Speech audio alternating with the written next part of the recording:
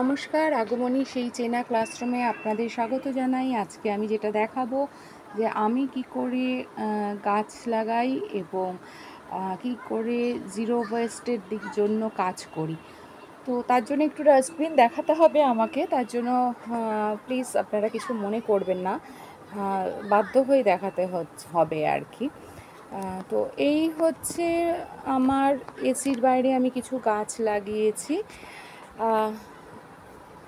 এখানে দেখুন আমি টুকটুক করে কিছু গাছ লাগিয়েছি।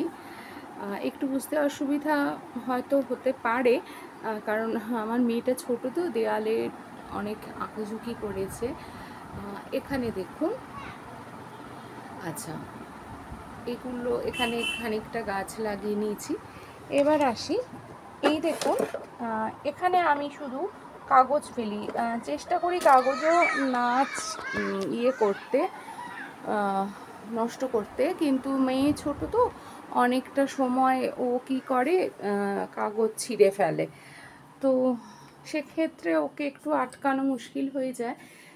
এ দেখুন আমার রান্নাঘরেতেও আমি কিন্তু গাছ লাগিয়েছি।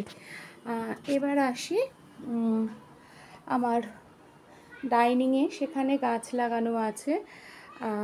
এখানে দেখুন আমার টি টেবিলেও আমি কিন্তু গাছ লাগিয়েছি।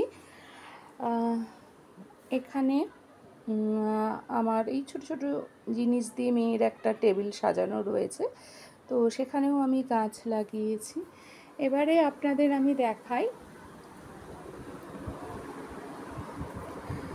আমার মেয়ের পড়ার টেবিলেও দেখুন আমি কিন্তু কীরকম করে গাছ লাগিয়ে দিয়েছি।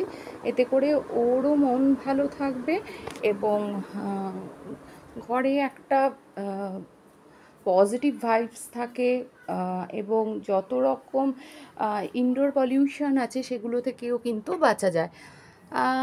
এই হচ্ছে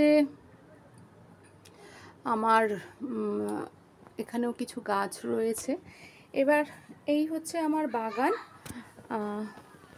এই যে অলরেডি ফুল ফুটে রয়েছে দেখুন। আচ্ছা, এই বাগান, তো এইখানে যেটা দেখানো সেটা হচ্ছে এই যে আমি এখানে এভাবে সমস্ত সবজি পচাই, মানে আমার ওয়েস্ট জেনারেট হয় না বললেই চলে। আর একটা ওয়েস্ট বিন আছে, সেটা আমি আর দেখাচ্ছি না। ওখানে শুধুমাত্র ওই মাছের কাটা বা এই মাংসের হাড় এই জাতীয় জিনিসগুলো ফেলা হয়।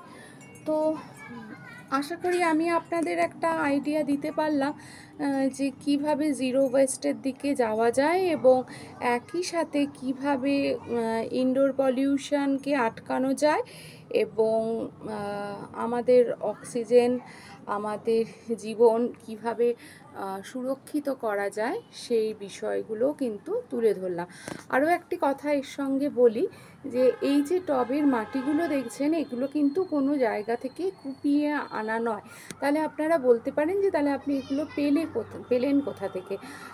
যখন কোনো ডেভেলপমেন্টাল ওয়ার্ক হয় সেক্ষেত্রে অনেক মাটি এমনিই তোলা হয়ে যায়, তো সেখান থেকেই আমি নিয়ে এসেছি যাতে এক্সট্রা করে মানে আর সয়েল ডিগ্রেডেশন না হয়। ওই মাটিগুলো আমি কিনে নিয়ে এসেছি, নিয়ে এসে কিন্তু আমার এই টবে লাগানো হয়েছে। তো আজকের এই বিষয়টি যদি আপনাদের ভালো লেগে থাকে নিজেদের জীবনে অ্যাপ্লাই করবেন, আর লাইক কমেন্ট শেয়ার করবেন। যারা নতুন তারা অবশ্যই সাবস্ক্রাইব করে দেখবেন।